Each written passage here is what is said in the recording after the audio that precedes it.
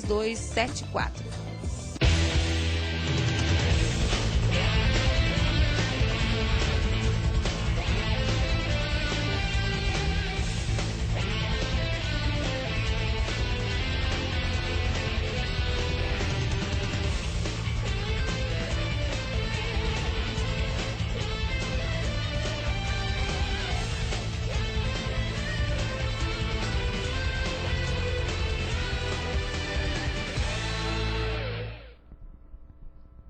Uma excelente noite de quinta-feira para você. Está no ar mais um resumo da Copa, nosso bate-papo diário sobre futebol de segunda a sexta aqui na TVV, sempre a partir das 8h30 da noite. Seja bem-vindo, seja bem-vinda, muito obrigado aí pela sua audiência. De primeira, a escalação dos craques aqui do Resumo da Bola. E hoje tem craque de verdade aqui como convidado da gente. Boa noite, Gerson Júnior. Que não sou eu. Mas não enfim, é o Gerson. Não sou eu. Fique claro que não é o Gerson Júnior. Não sou eu. Vou estar apertando aqui que ninguém merece. Vamos lá. Boa noite para você ligado aqui na TV Votorantim, o resumo da Copa. Já vou falar o seguinte. Se o Brasil perder amanhã, a culpa é de Kaká Martins. Mentira. Ele me liga no celular às 2h pouco da tarde e fala. Antes das 2 era 10 horas da manhã, sei lá que hora que era. 15 segundos, né? Ele falou, né? Ó, hoje, camisa, laranja, manga, curto, braço, tchau. Simples, parece no Twitter, rapidinho. Mas ó, pediu pra vir de laranja, vai vir de branco. Se o Brasil perder, ou ia vir de azul, ia vir camisa do Savoia, porque o Brasil vai jogar de azul amanhã. O Brasil joga de azul. Se o Brasil perder, a culpa é desse aqui, viu, Nilson Duarte? É, tá contado. Aliás, o Brasil amanhã vai fazer uma vontade do rei Roberto Carlos, né? Ele que é super supersticioso, queria que a seleção jogasse de azul contra a Holanda. Quem sabe futebol também não aparece aí. Se perder, a culpa dele também. Bacana. Divide Culpa com o do Kaká rei Martins. Roberto Carlos e do Kaká Martins, então, se perdemos o jogo amanhã. Boa noite, Kaká. Boa noite, Nilson Duarte. Boa noite, Gerson. Daqui a pouquinho esse convidado aqui do meu lado, para lá, especial, para o Sorocabano, para toda a região, para o futebol brasileiro. É um prazer receber esse carcaço aqui do gol. Que beleza! Amanhã, Brasil e Holanda, e nós de laranja, mas por ironia do destino, é uniforme aqui, cores da TVV, então não tem nada a ver essa coisa, mas a gente toma um suco gostoso de laranja, aí nós viemos de laranja para provocar mesmo, e é para o Brasil entrar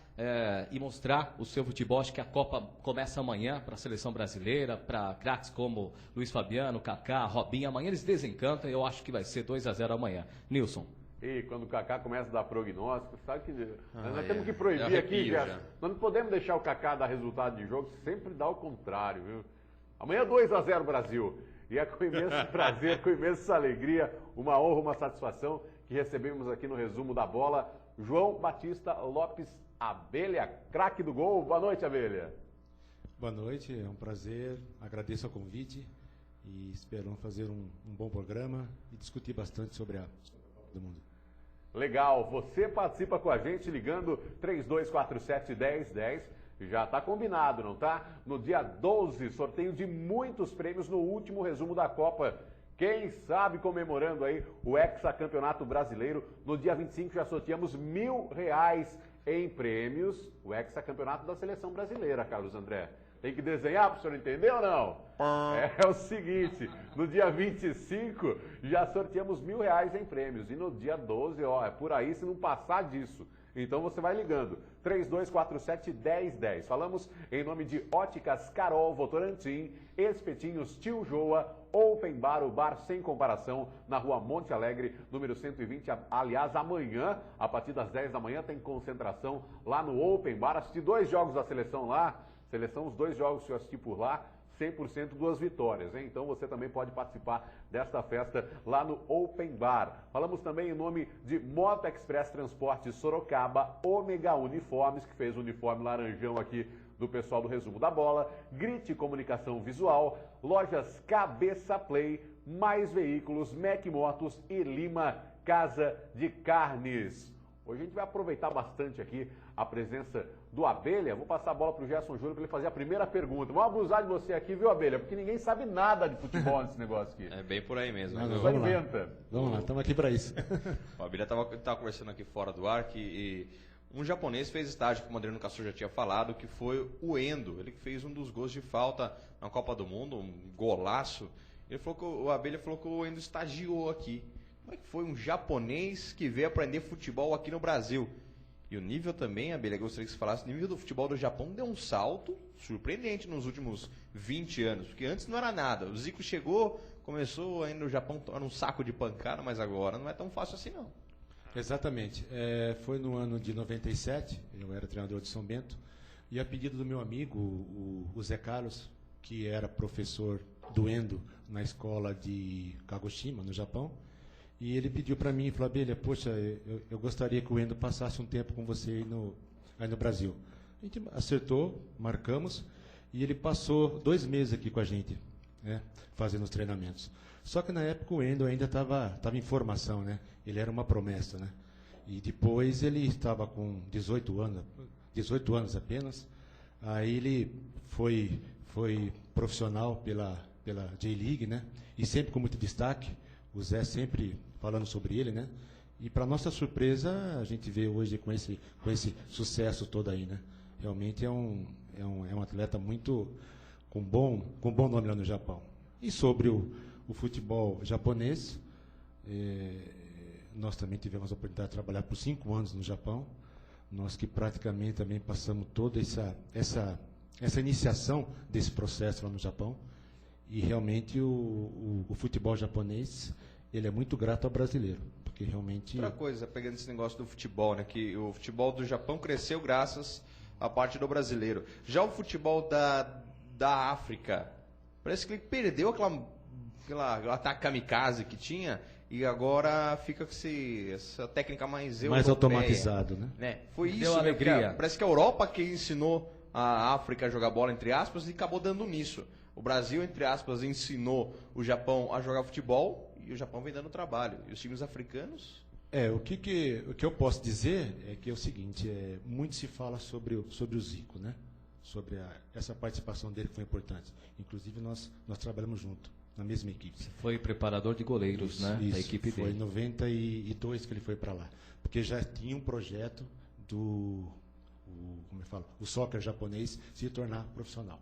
Mas, antes do Zico, teve Zé Sérgio, teve Oscar, Renato, o Pemucho de São Paulo, Pita, ou seja, teve alguns atletas que deram a sua parcela, né? E aí depois, com esse profissionalismo, a coisa ficou melhor.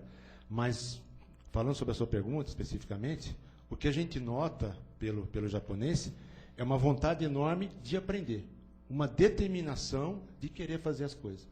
Então, tudo que era transmitido a eles tentavam absorver ao máximo, porque sabia que era para o bem deles, né?